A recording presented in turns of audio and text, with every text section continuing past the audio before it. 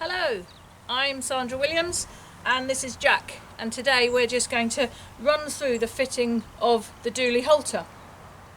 The first thing I like to do when I'm going to present my dually halter to one of my horses is to ensure that the two straps that go around the face are on a loose buckle. I happen to have got them on buckle number 1 here, and that means that when I'm offering it to their nose, it's this nice big space.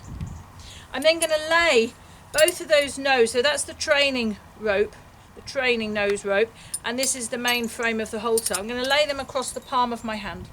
That's my left hand. I'm going to pop the headpiece in between my thumb and forefinger. So I've got it all in one hand, my left hand. I'm going to give Jack a stroke so he knows I'm here, and then I'm going to give him a hug. Any excuse for a hug. As I give him a hug, I'm going to release the headpiece over his neck, but keep hold of the two nose straps in my left hand. So I'm behind his eye, and that way I can take it up to his nose. I'm out of his face. I don't feel I'm crowding him.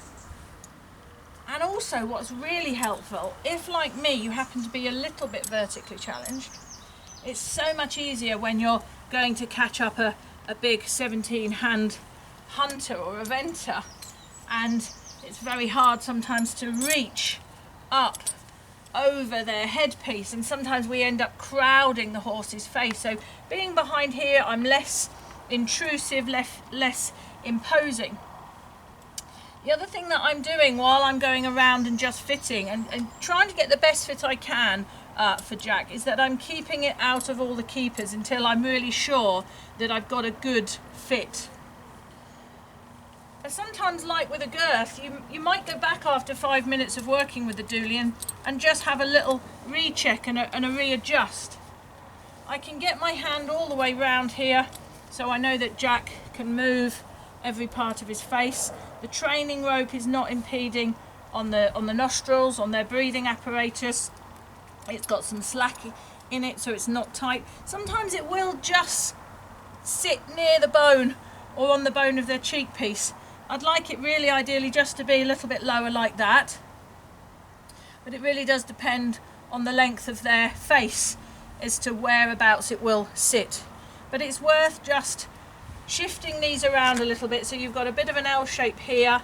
It's nice and snug up into the throat, and if after a few minutes, like even now, I think, well, maybe that is a bit loose, I can go back in like I would with a girth and just take it up another hole,